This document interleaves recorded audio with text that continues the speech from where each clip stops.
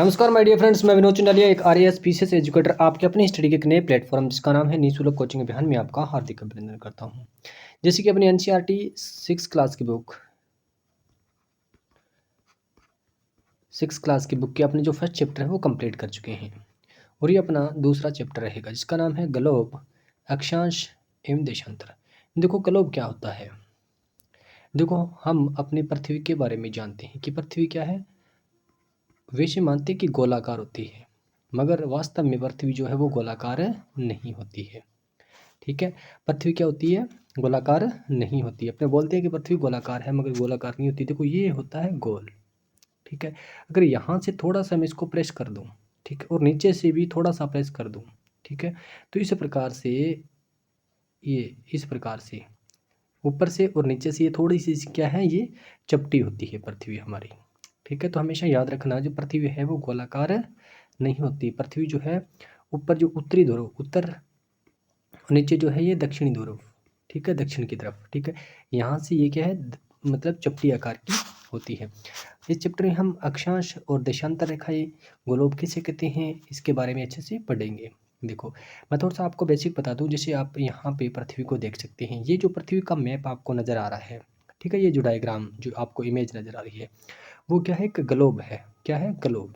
यानी पृथ्वी को इस प्रकार से रिप्रेजेंट करना वो ग्लोब कहलाता है। यानी एक छोटे से अपने इस आकृति के अंदर इसको डिजाइन कर रहे हैं, ठीक है, तो ये क्या कहलाएगा, ग्लोब कहलाएगा। ठीक है, और दूसरी बात ये कि आप देख सकते हैं कि रियल में जो उत्तर की डायरेक्शन इधर और दक्षिण की डायरेक्शन इधर होती है, मगर रियल में जो पृथ्वी है वो प्रॉपर इस प्रकार से नहीं होती है, वो थोड़ी सी क्या है, झुकी हुई होती है। ठीक है, और ये जो लाइन अपने इसको अक्स लाइन बोल सकते हैं। ठीक है, ये जो, और वैसे रियल में अगर मैं बताऊं तो अपने यहाँ से इस प्रकार से देखो, ठीक है, ये जो है अपनी कौन सी पूर्व की डायरेक्शन हो जाती है, और ये क्या है अपने पश्चिम की डायरेक्शन हो जाती है, और ये क्या है उत्तर की डायरेक्शन हो जाती है। ठीक है, और ये अपने दक्षिण की डायरेक्शन हो जाती है। तो रियल में जो पृथ्वी है वो यहाँ से लगभग कितना 23.5 डिग्री जो है वो क्या है, झुकी हुई होती है। कितना, 23.5 डिग्री झुकी हुई होती है। ये बात हमेशा याद रखना। ठीक है, ये इस प्रकार से आपको जिस प्रकार से इसकी इमेज नज़र आ रही है, तो ये इससे ये कितना 23.5 डिग्री झुकी होती है। कहाँ से, इससे, उत्तर से। ठीक है, अगर इस अक्ष से मैं बात करूँ तो कितना, इस अक्ष से कितना झुकी होती है। देखो साढ़े, ये टोटल कितना होता है, 90 डिग्री। ठीक है, देखो 23.5 इधर आ गया तो आपको इधर कितना आएगा, 66.5 डिग्री। ठीक है, इधर से ऊपर की मतलब वो झुकी हुई होती है, मान सकते हैं आप। ठीक है, यहाँ से जो पृथ्वी की जो अक्ष है, ये वाली अक्ष, ठीक है, ये वाली जो अक्ष है वो पृथ्वी की अक्ष अपने मान सकते हैं। ठीक है, तो ये पृथ्वी की जो अक्ष है वो उत्तर और दक्षिण वाली जो अक्ष है, ये रेखा, इससे कितना झुकी हुई होती है, ये वाली लाइन, लगभग इसके बीच में 23.5 डिग्री का क्या होता है, इसके अंदर डिफरेंस देखने को मिलता है। और पूर्व से पश्चिम जो है अपनी एक्स लाइन है, ठीक है, इसके अंदर कितना, लगभग 66.5 डिग्री जो है ऊपर होती है। ठीक है, ये डिफरेंस आपको अच्छे से याद होना चाहिए। तो आगे अपने अच्छे से इसको अध्ययन करते हैं, क्या होते हैं अक्षांश और देशांतर। ठीक है, थोड़ा सा मैं बता दूं कि अगर इस प्रकार से इस पर लाइन ड्रॉ करते हैं, ठीक है, इस पृथ्वी के पूरे ऊपर घूमकर इस प्रकार से, ठीक है, ऐसे ऐसे, ठीक है, पृथ्वी को इस प्रकार से अगर मैं बांट दूं इस प्रकार से, ठीक है, तो ये क्या होती है, ये अक्षांश रेखाएं होती है। क्या होती है, अक्षांश रेखाएं। आपको थोड़ा सा बेसिक मैं यहाँ पे बता देता हूँ, और नेक्स्ट अपने और इसको आगे अच्छे से पढ़ेंगे। और इसी प्रकार से अगर मैं इसको इस प्रकार से बांट देता हूँ, ऐसे पूरी पृथ्वी को, ऐसे जिस प्रकार से एक त्रिभुज जो होता है, ठीक है, उस त्रिभुज की इस प्रकार से लाइन सिंग होती है ना, ठीक है, तो ये लाइनिंग जो है वो क्या होती है, देशांतर रेखाएं होती है। क्या होती है, देशांतर रेखाएं होती हैं। अपनी पढ़ेंगे क्या होती हैं, देशांतर, अक्षांश। आई थिंक आपको जो बेसिक इसकी स्ट्रक्चर है वो आपको पता चल गई होगी। ठीक है, तो चलते हैं आगे। इसमें क्या लिखा है कि आप देखेंगे कि एक सुई ग्लोब से झुकी हुई अवस्था में स्थित होती है, जिसे अक्ष कहते हैं। जैसे कि मैंने आपको बताया है कि ये देखो, ये अपने मान सकते हैं अपने उत्तर और दक्षिण की एक्सेस। ठीक है, तो जो पृथ्वी है वो रियल में पृथ्वी क्या है, इस प्रकार से होती है। ठीक है, इस प्रकार से लगभग इस लाइन से अगर ये पृथ्वी की अक्ष है, ये जो पृथ्वी की जो मिड अक्ष है, ठीक है, ये पृथ्वी की अक्ष है। ठीक है। तो इससे कितना लगभग 23.5 डिग्री जो है वो झुकी हुई होती है, और यहाँ से कितनी लगभग 6.5 डिग्री जो ऊपर होती है। ये बात हमेशा याद रखना। ग्लोब पर वे दो बिंदु जिनसे होकर सुई गुजरती है वो उत्तर एवं दक्षिणी ध्रुव है। ओबियसली बात है, देखो मैंने बताया आपको, ये उत्तर है और ये क्या है, दक्षिण है। यहाँ से पृथ्वी की जो अक्ष लाइन गुजर रही है तो वो क्या है, उत्तर, और ये दक्षिण ध्रुव है। ठीक है। ग्लोब को सुई के चारों ओर पृथ्वी की भांति पश्चिम से पूर्व की ओर घुमाया जा सकता है। ठीक है। और पृथ्वी वास्तव में ऐसी कोई सुई नहीं होती और अक्ष में चारों ओर घूमती है। देखो रियल में तो पृथ्वी के अंदर ऐसा अपने कोई मान नहीं सकते वैसे कोई सुई होती है। ठीक है। पृथ्वी अगर ये अपने यहाँ से अच्छे से समझ लिया। ठीक है। अगर पृथ्वी को मैं पूर्व से पश्चिम से पूर्व की ओर घुमा तो मान लो ये क्या है, मेरा पश्चिम। ठीक है। यहाँ से पूर्व की ओर यानी इस डायरेक्शन में, कैसे, इस प्रकार से इस डायरेक्शन में अगर मैं घुमाता हूँ। ठीक है। और पृथ्वी इस डायरेक्शन में ही घूमती है। एक बात ये भी यहाँ पे नोट करना, पृथ्वी किस प्रकार से घूमती है, पश्चिम से पूर्व की ओर, इस प्रकार से।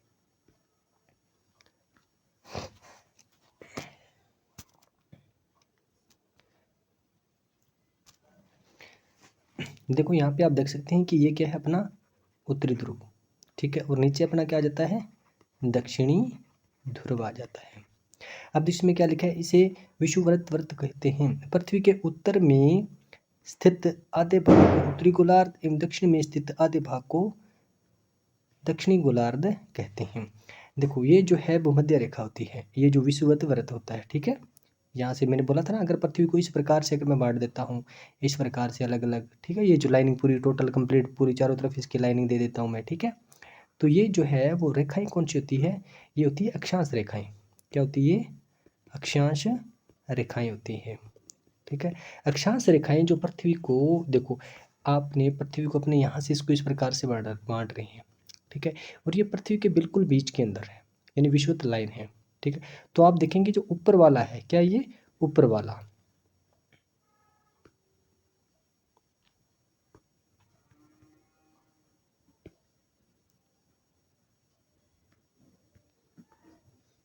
आप देखेंगे जो ये ऊपर वाला है, ठीक है, ये, और इसके नीचे वाला है। ओबियसली बात है, ऊपर डायरेक्शन कौन सी होती है, उत्तर। तो ऊपर वाले डायरेक्शन यानी ये जो विषुवत लाइन जो है वो पृथ्वी को दो भागों में बांटती है। यानी जो अक्षांश रेखा होती है वो पृथ्वी को दो भागों में बांटती है, एक तो ऊपर उत्तर और नीचे क्या, दक्षिण। यानी आप कह सकते हैं कि अक्षांश रेखाएं जो है पृथ्वी को उत्तरी गोलार्ध और दक्षिणी गोलार्ध के अंदर विभाजित करती है। ये बात अच्छे से याद रख लेना। ठीक है। और उसके बाद में अगर बात करते हैं, इसने क्या लिखा है, विषुवत व्रत शून्य अक्ष अक्षांश को दर्शाती है। बिल्कुल सही बात। देखो विषुवत व्रत बिल्कुल बीच वाली लाइन होती है, तो यहीं से तो 0 डिग्री जो है अक्षांश शुरू होता है, ऊपर की ओर जाते हैं। ठीक है। और ऊपर की ओर यहाँ पे ध्रुव पर लगभग कितना, 90 डिग्री अक्षांश तक खत्म हो जाता है। इसी प्रकार से अपने नीचे की ओर जाते हैं, यहाँ से 0 डिग्री शुरू होता है, तो नीचे की यहाँ जो दक्षिण ध्रुव है यहाँ पर भी 90 डिग्री तक खत्म हो जाता है। ये बात अच्छे से याद रखना। विषुवत व्रत दोनों तरफ ध्रुवों के बीच दूरी पृथ्वी के चारों ओर वर्त का 1/4 भाग है। इसका माप होगा 360 अंश यानी 1/4 यानी 90 डिग्री। ठीक है।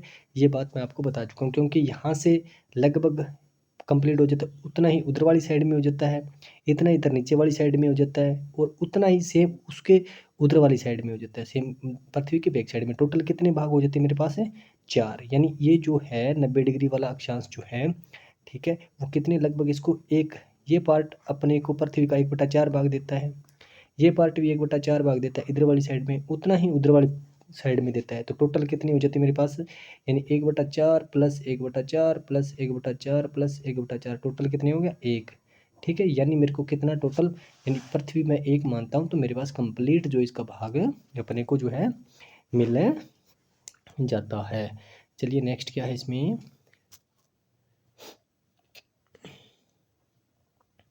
अब देखो ये बातें बहुत अच्छी इसने बातें बता रखी है, इसको अच्छे से देख लेना।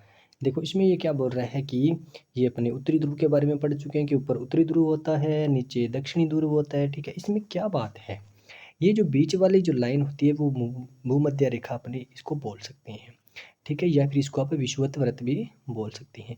ये 0 डिग्री से शुरू होता है, बिल्कुल सही बात। ठीक है। और यहाँ से 0 डिग्री से अगर अपने कहाँ तक जाते हैं, 23.5 डिग्री तक चलते हैं। ठीक है, यहाँ तक, और उससे ऊपर अपने चलते हैं कहाँ पर, 650 डिग्री तक चलते हैं। ठीक है, उसी प्रकार से नीचे चलते हैं। तो इसको अलग अलग भागों में बांटा गया है। यानी ये कौन सा है आपको पता है, ये क्या है, बिल्कुल बीच में है विषुवत वृत्त रेखा।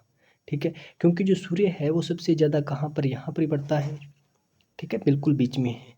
ठीक है, तो बिल्कुल बीच में यहाँ पर बढ़ता है। तो ये जो है, जो पार्ट है, यानी 0 डिग्री से लेकर 23.5 डिग्री तक जो जगह है, जो एरिया है, वो क्या है, उष्ण कटिबंध के अंदर आता है। ये बात अच्छे से याद रख लेना, किसके अंदर, उष्ण कटिबंध। यानी इसको अलग अलग कटिबंध के अंदर भी बांट दिया हमने। पहले क्या किया, ये विषुवत रेखा खींची। ठीक है, ऊपर वाले पार्ट को तो क्या बोल दिया, उत्तरी ध्रुव यानी उत्तरी गोलार्ध। ठीक है, और नीचे वाले पार्ट को क्या बोल दिया, दक्षिणी गोलार्ध। ठीक है, अब इस नीचे वाले पार्ट को भी मैंने 1, 2 और 3 पार्ट में डिवाइड कर दिया। ठीक है, इसी प्रकार से ऊपर भी 1, 2 और 3 पार्ट में डिवाइड कर दिया। और ये जो पहला पार्ट है, जो विषुवत रेखा के बिल्कुल नज़दीक में होता है, वो क्या होता है, हमेशा उष्ण कटिबंध होता है। ठीक है, और जो ऊपर ही ऊपर होता है, आपको पता है यहाँ ध्रुव होता है।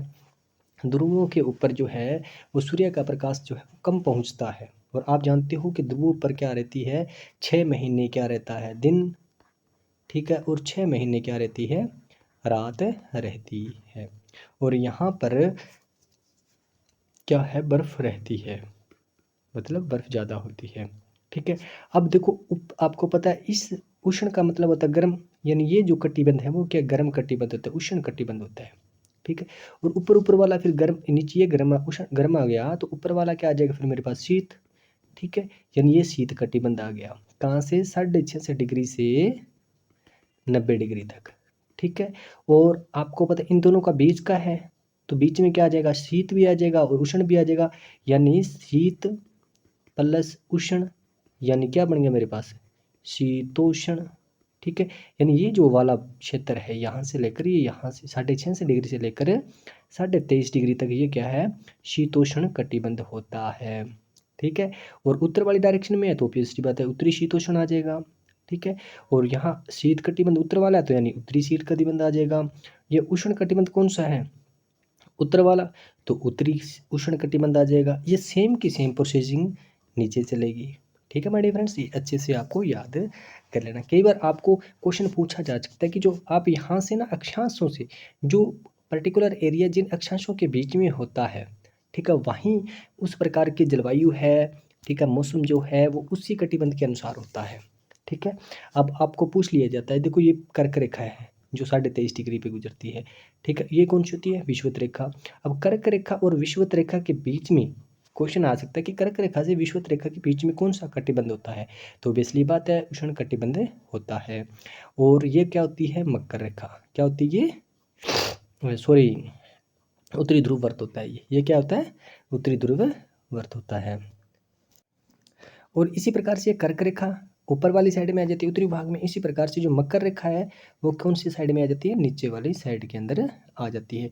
जो ऊपर सेम प्रोसेसिंग चलाई है वो सेम की सेम प्रोसेसिंग नीचे होती है। ये बात अच्छे से याद रख लेना। ठीक है, तो चलते हैं इसके अंदर आगे। नेक्स्ट क्या है, ये बोल रहा है अपने चैप्टर के अंदर। अब आ जाती है महत्वपूर्ण अक्षांश समांतर रेखाएं।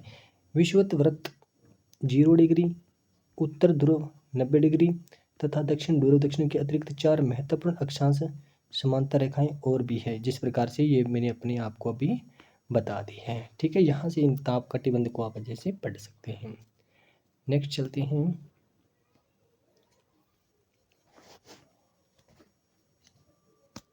देखो मैंने आपको बताया था कि जो कर्क रेखा है वो क्या है, 23.5 डिग्री पर होती है। मकर रेखा भी क्या होती है, 23.5 डिग्री पर होती है।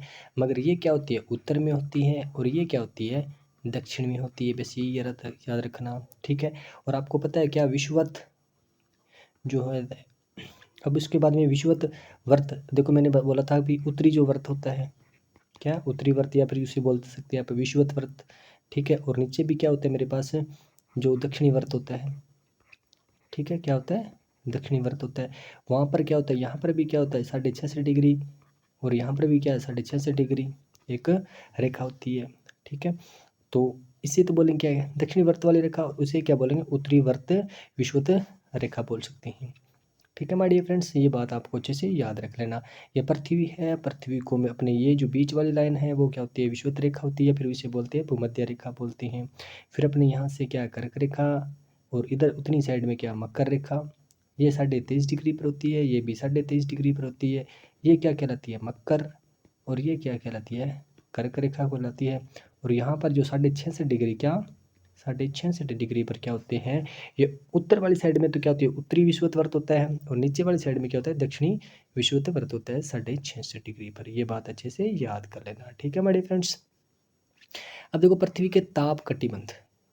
देखो ताप कटिबंध की बात करें तो मैं आपको बता चुका हूँ कि जो कर्क रेखा है और मकर रेखा, ठीक है, क्या कर्क रेखा और जो मकर रेखा है, ठीक है, उनके बीच में इनको अक्षांशों क्यों हुई, जो कर्क रेखा और मकर रेखा, देखो ये बीच में विषुवत लाइन है, और यहाँ पर 23.5 पर क्या है कर्क रेखा, और यहाँ पर 23.5 पर क्या है मकर रेखा। तो ये जो एरिया है, इस एरिया पर सूर्य का प्रकाश जो है वो दोपहर के समय या फिर ज़्यादातर सूर्य जो है पूरे वर्ष भर में रहता है यहाँ।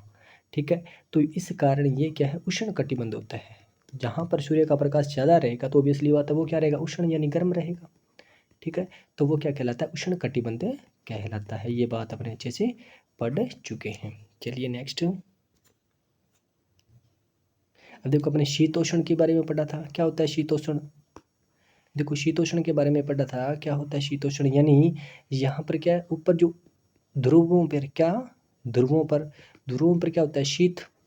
ठीक है, और इधर जो भूमध्य रेखा है वहाँ पर क्या होता है उष्ण 23.5 डिग्री तक। ठीक है, और यहाँ 66.5 डिग्री तक मैं आपको बता चुका हूँ। और इनके बीच में ऊपर शीत नीचे उष्ण, तो बीच वाला पार्ट क्या होता है शीत प्लस उष्ण, यानी कर्क रेखा और इस उत्तरी वर्त वाली रेखा के बीच में कौन सा शीतोष्ण कटिबंध पाया जाता है। यहाँ पर तापमान क्या होता है, मध्यम प्रकार का होता है, और यहाँ पर तापमान क्या होता है, कम होता है ऊपर, और नीचे यहाँ पर तापमान क्या होता है, ज़्यादा होता है।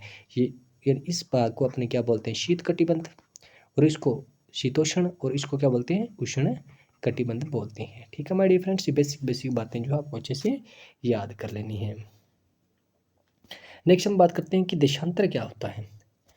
देखो देशांतर के बारे में मैंने आपको बताया था कि तो अगर ये पृथ्वी है, इस पृथ्वी को अगर इस प्रकार से अगर अपने विभाजित करते हैं टोटली, ठीक है, इस प्रकार से लाइन ड्रॉ करते हैं तो वो तो क्या होती है, अक्षांश रेखाएं होती है। ठीक है, चारों तरफ से इस प्रकार से, ये तो रेखा क्या होती है, अक्षांश। और अगर इसको मैं इस प्रकार से ड्रॉ करता हूँ लाइन पृथ्वी पर, जिस प्रकार से यहाँ पे देख सकती हूँ, ठीक है, जिस प्रकार से एक तरबूज के ऊपर लाइनिंग होती है, तो ये जो रेखाएं हैं, ये जो रेखाएं वो क्या कहलाती है, देशांतर रेखाएं कहलाती है।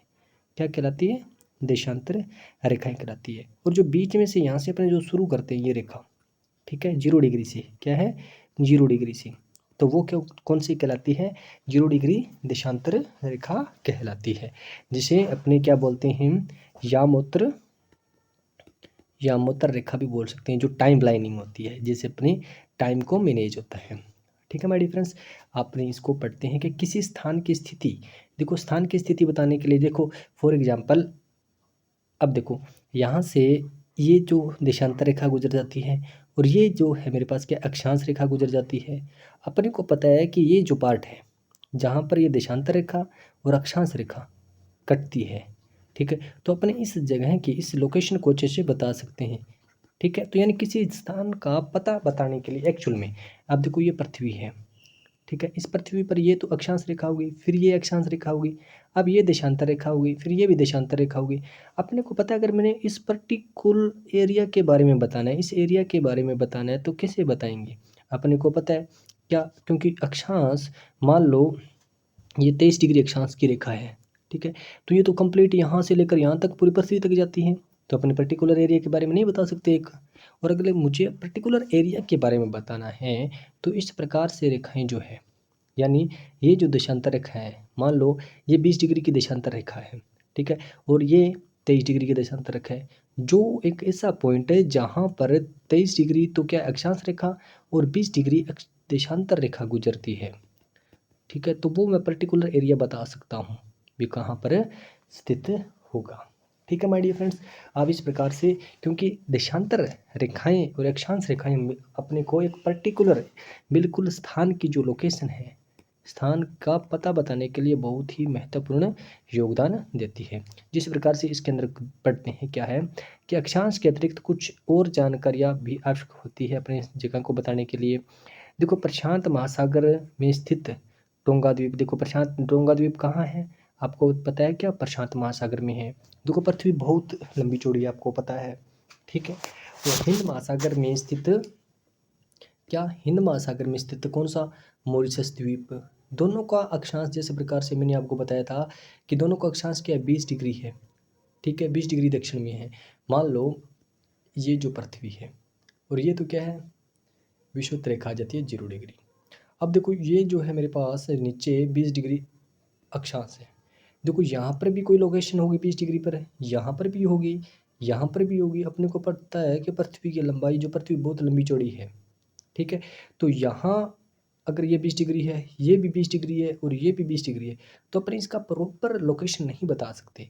तो प्रॉपर लोकेशन बताने के लिए अपने देशांतर का यूज करना पड़ता है, ठीक है। क्योंकि देखो यहाँ से अगर मान लो कोई देशांतर रेखा गुजर रही है, फिर यहाँ से कोई देशांतर रेखा गुजर रही है, फिर यहाँ से देशांतर रेखा गुजर रही है। अगर मुझे इस पर्टिकुलर जगह के बारे में बताना है तो मैं बताऊंगा कि 20 डिग्री तो वो अक्षांश में है, 20 डिग्री तो क्या है, अक्षांश है उसका, ठीक है। और देशांतर की अगर मैं बात करूँ क्या, देशांतर की, तो यहाँ पे मान लो कोई पर्टिकुलर देशांतर होगा, कितना भी 30 डिग्री देशांतर होगा। यानी एक ऐसा बिंदु जहाँ से 20 डिग्री अक्षांश रेखा गुजरती है और 30 डिग्री देशांतर रेखा गुजरती है, तो उस पर्टिकुलर एरिया के बारे में बताना बहुत ही आसान हो जाता है। आई थिंक आप समझेंगे होंगे कि अक्षांश और देशांतर कितने मस्ट है और अक्षांश और देशांतर रेखाएं किस प्रकार से होती है, किस प्रकार से नहीं। मैं आपको बता चुका हूँ कि जो अक्षांश रेखा है वो उत्तर से दक्षिण में बांटती है पृथ्वी को, और देशांतर रेखाएं जो है जो पृथ्वी को पूर्व से पश्चिम में बांटती है। यानी उत्तरी गोलार्ध और दक्षिणी गोलार्ध में विभाजित करने का काम कौन करता है, अक्षांश करता है। और पूर्वी गोलार्ध और दक्षिणी गोलार्ध में विभाजित करने का काम कौन करता है, देशांतर करता है। ठीक है हमारे फ्रेंड्स, नेक्स्ट चलते हैं। नेक्स्ट ये क्या है, यहाँ से पढ़ लेते हैं। देखिए उनके बीच के दूरी को देशांतर अंशों से मापा जाता है। प्रत्येक अंश को 1 मिनट में तथा मिनट के सेकंड में विभाजित करते हैं, ठीक है। अपने को पता है कि एक, जैसे अपने टाइमिंग लाइनिंग की बात मैं बात करता हूँ, क्या है, अपने टाइम लाइन की बात करते हैं। मान लो एक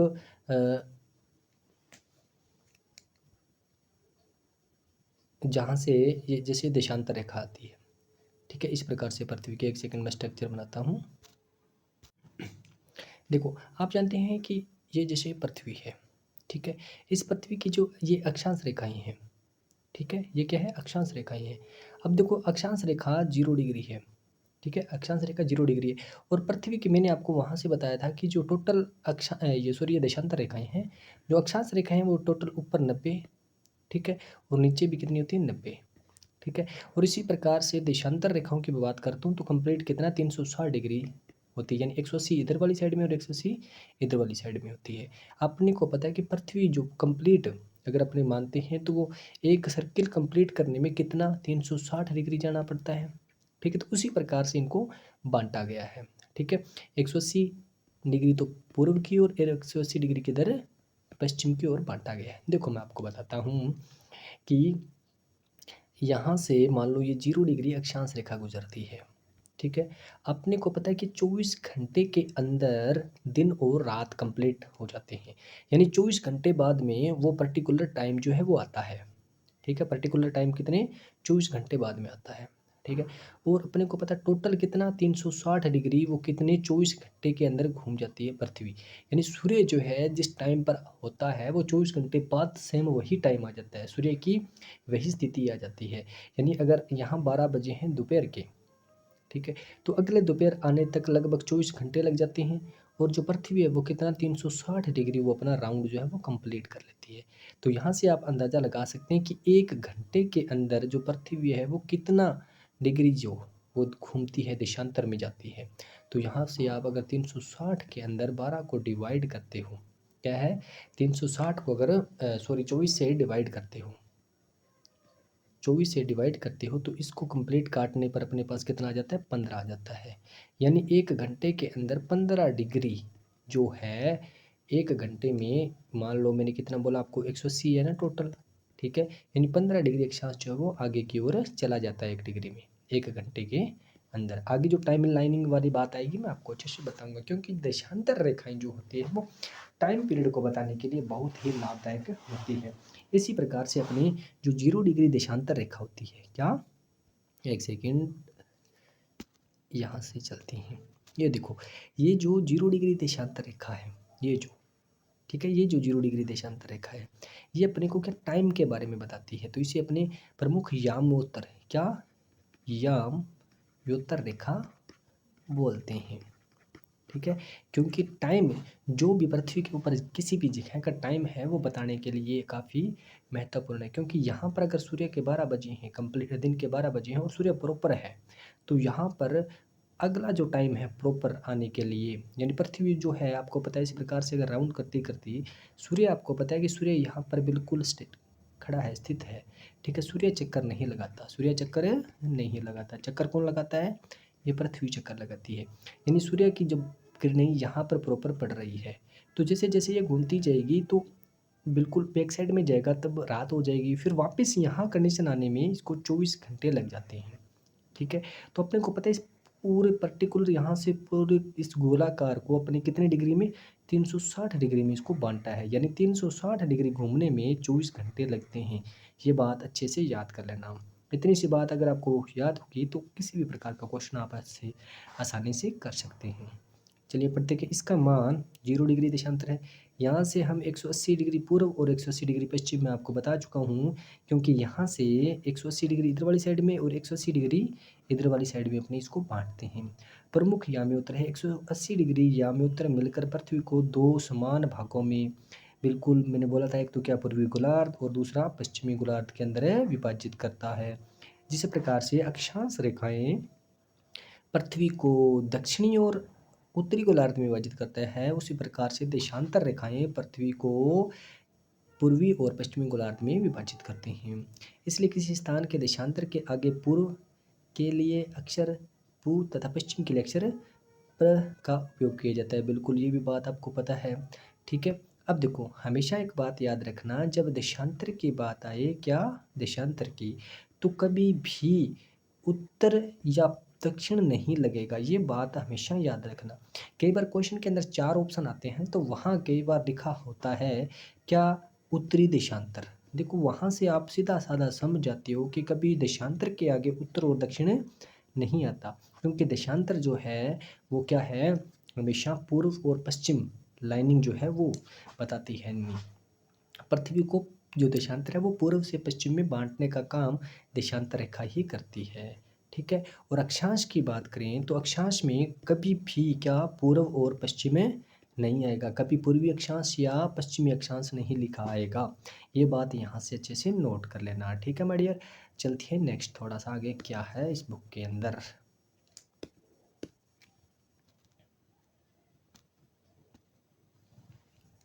अब देखो यहाँ से थोड़ा सा दे रखा है कि असम में धुबरी। अब देखो धुबरी, अगर मान लो असम का एक क्षेत्र है धुबरी, ठीक है, वहाँ पे अगर मैंने 26 डिग्री अक्षांश के बता रखा है मेरे को, ठीक है, और देशांतर न पता हो, क्या है, देशांतर न पता हो, तो अपने को पता है कि 26 डिग्री अक्षांश तो बहुत लंबी रेखा होती है, और वहाँ इसने बता रहा है कि 90 डिग्री पूर्वी देशांतर है, यानी एक ऐसी जगह है जहाँ से इस प्रकार से क्या 26 डिग्री तो क्या है, अक्षांश गुजरता है उत्तरी, और ये जो लाइन है 90 डिग्री पूर्वी देशांतर गुजरता है। तो बताओ वो जगह कौन सी होगी। बिल्कुल सही बात है, इस पर्टिकुलर पृथ्वी के बारे में हमने इस जहाँ पर ये अक्षांश और देशांतर काटते हैं वो एक एक पॉइंट के बारे में हम बता सकते हैं कि कौन सी जगह कहाँ होगी। आपको पता है क्या 26 डिग्री अक्षांश गुजरता है और 90 डिग्री देशांतर जो गुजरेगा वो लाइनिंग क्या होगी, असम की होगी, ठीक है, यानी असम के एरिया से कौन से, धुबरी में से गुजरेगा। इस प्रकार से अपने अक्षांश और देशांतर जो कंप्लीट पृथ्वी है उसकी हर एक लोकेशन के बारे में बताने में बहुत ही हेल्पफुल होता है। चलिए नेक्स्ट। अब देखो यहाँ पे कुछ दे रखा है कि टाइम पीरियड की कंडीशन क्या है, इसको आप अच्छे से याद रख लेना।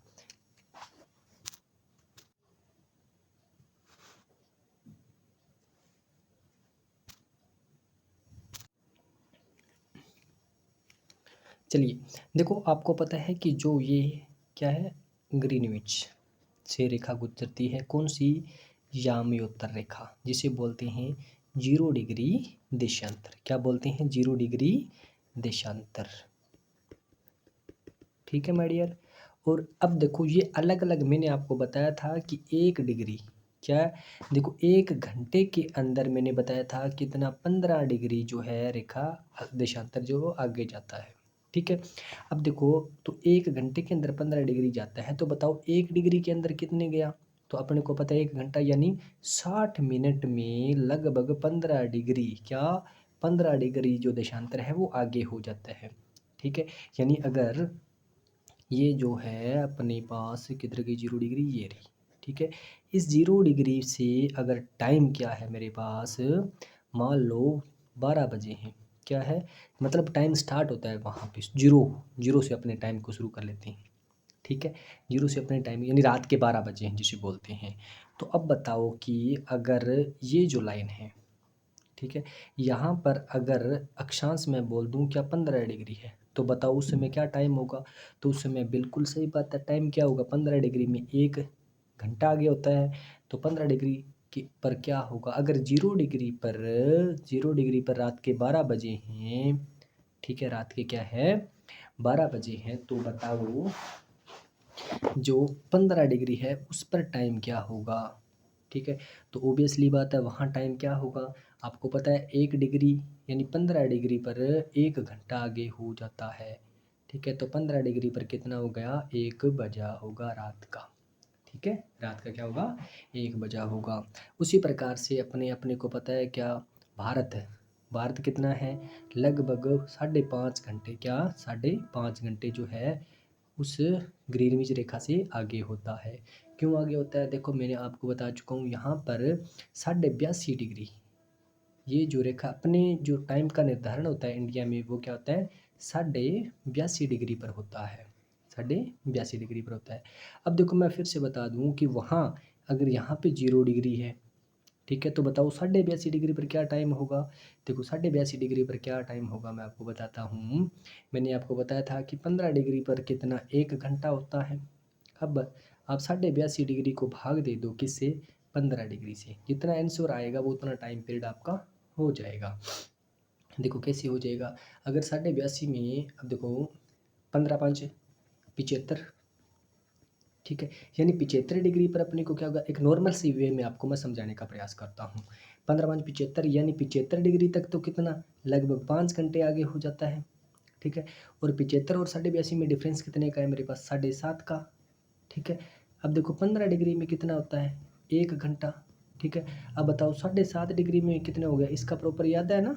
ठीक है। तो 7.5 डिग्री में क्या हो जाएगा, आधा घंटा। ठीक है। क्या हो जाएगा, आधा घंटा। ठीक है। क्या हो जाएगा, आधा घंटा हो जाएगा। ठीक। तो वहाँ कितने थे, 5 ये 75 तक, और 82.5 यानी 7.5 ये, यानी आधा घंटा, यानी आप 5 में आधा और जोड़ देंगे तो 5.5 घंटे। यानी जो इंडिया का जो टाइम है वो इस 0 डिग्री ग्रीनविच रेखा से यहाँ से जो गुजरती है, ठीक है, जो जिसे बोलते हैं ग्रीनविच रेखा भी बोलते हैं, 0 डिग्री देशांतर भी बोलते हैं, वो इंडिया के टाइम पीरियड से 5.5 घंटे क्या है पीछे होती है, और इंडिया का टाइम क्या है, 5.5 घंटे आगे होता है। ये बात अच्छे से नोट कर लेना माय डियर फ्रेंड्स। ओके, चलते हैं नेक्स्ट, क्या कॉन्सेप्ट है इसका।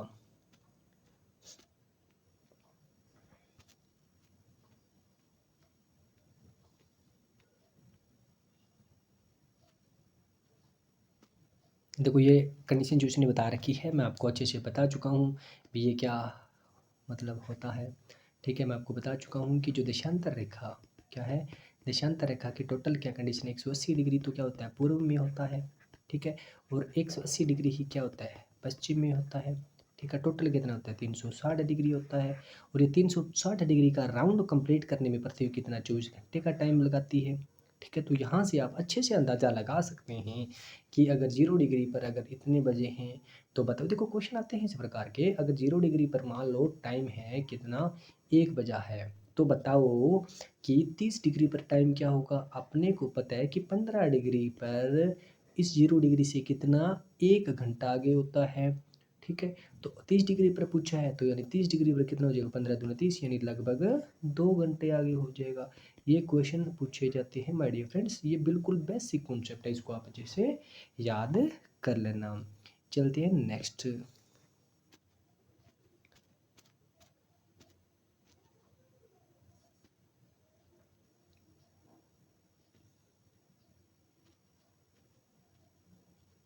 देखो भारत की मानक याम्योत्तर रेखा, इसके बारे में आपको बता चुका हूँ। क्या है, भारत की जो मानक याम्योत्तर रेखा जो है वो कितने 82.5 डिग्री पर गुजरती है। ये बात आप अच्छे से नोट कर लेना, ठीक है, 82.5 डिग्री पर, ठीक है।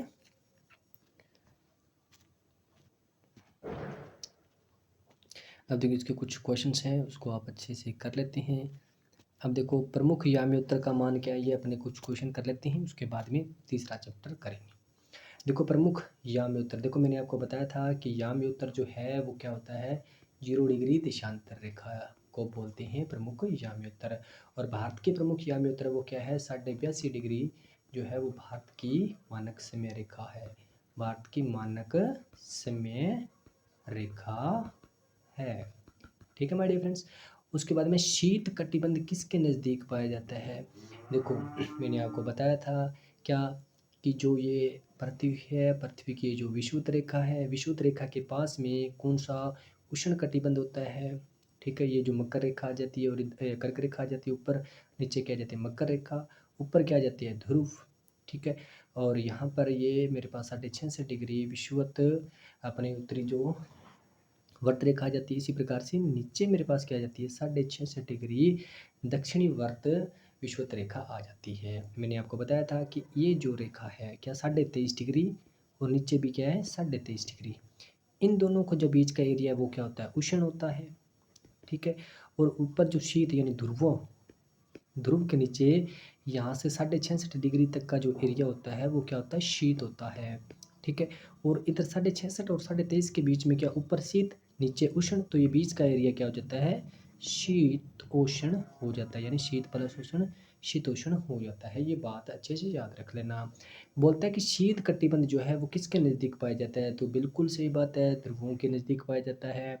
और विषुवत रेखा के बीच पास क्या पाया जाता है, उष्ण कटिबंध पाया जाता है। और कर्क रेखा की बात करें तो कर्क रेखा के नीचे तो क्या होता है, उष्ण कटिबंध, और ऊपर वाली साइड में क्या होता है, शीतोष्ण कटिबंध होता है। ये बात अच्छे से याद कर लेना, ठीक है। नेक्स्ट अपने चलते हैं कि दक्षिणी ध्रुव वर्त स्थित है। अपने को पता है क्या, ये पृथ्वी है, पृथ्वी की जो ये अक्षांश रेखा है जिसे बोलते हैं विषुवत रेखा, ठीक है।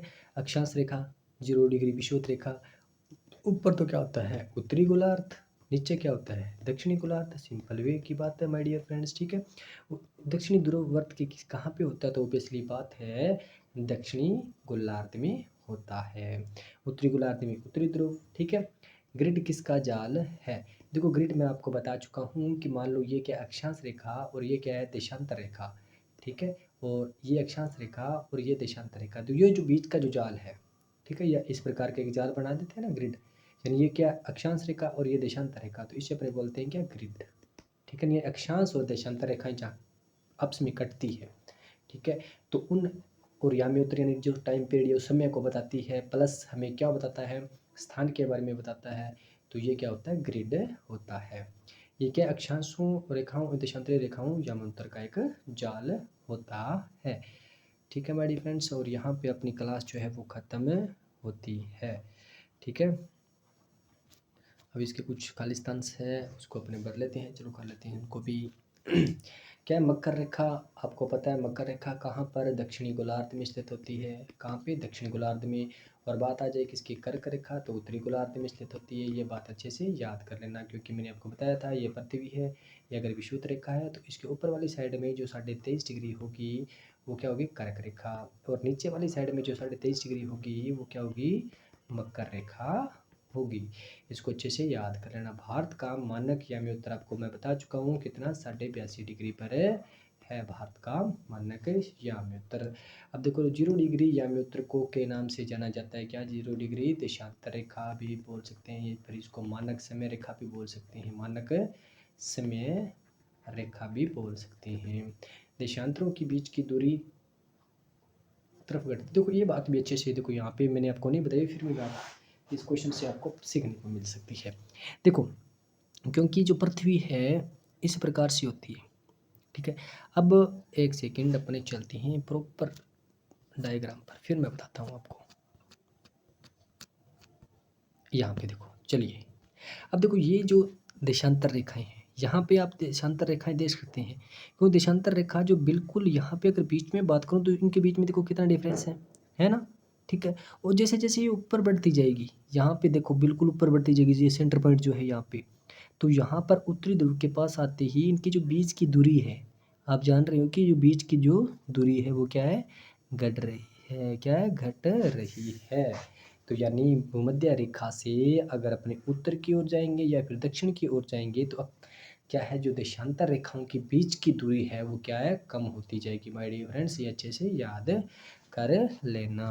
चलते हैं उस थोड़ा सा क्वेश्चन क्या था उसके ऊपर और चलते हैं।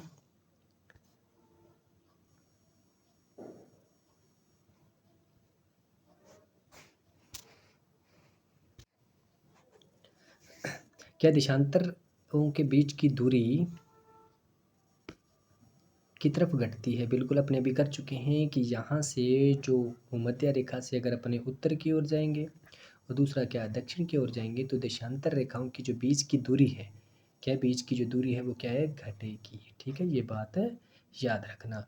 उत्तरी ध्रुववर्त खालिस्तान गोलार्ध में स्थित है, तो माय डियर फ्रेंड्स उत्तरी ध्रुव ऑब्वियसली बात है उत्तरी गोलार्ध में स्थित है, और दक्षिणी ध्रुववर्त कहाँ पे, दक्षिणी गोलार्ध में स्थित है। ये बेसिक बातें हैं। देखो माय डियर फ्रेंड्स, मैं आपको फिर से बता दूं कि 6 से लेकर 12 तक एनसीईआरटी जब आप बेसिक्स टू एडवांस कंप्लीट कर लेंगे तो आप अपना कॉन्फिडेंस लेवल बहुत ज़्यादा डेवलप हो जाएगा, क्योंकि ये बेसिक बातें हैं वो भी कई बार क्वेश्चन में पूछी जाती हैं। ठीक है, अब देखो यहाँ से इस चैप्टर से आपको बहुत कुछ सीखने को मिले होगा माय डियर फ्रेंड्स। तो मैं उम्मीद करता हूँ कि आपको ये अच्छा लगा होगा, और नेक्स्ट चैप्टर के अंदर आपको तीसरा चैप्टर करवाया जाएगा बिल्कुल simple to basic to advance way के अंदर। थैंक्स फॉर वॉचिंग, और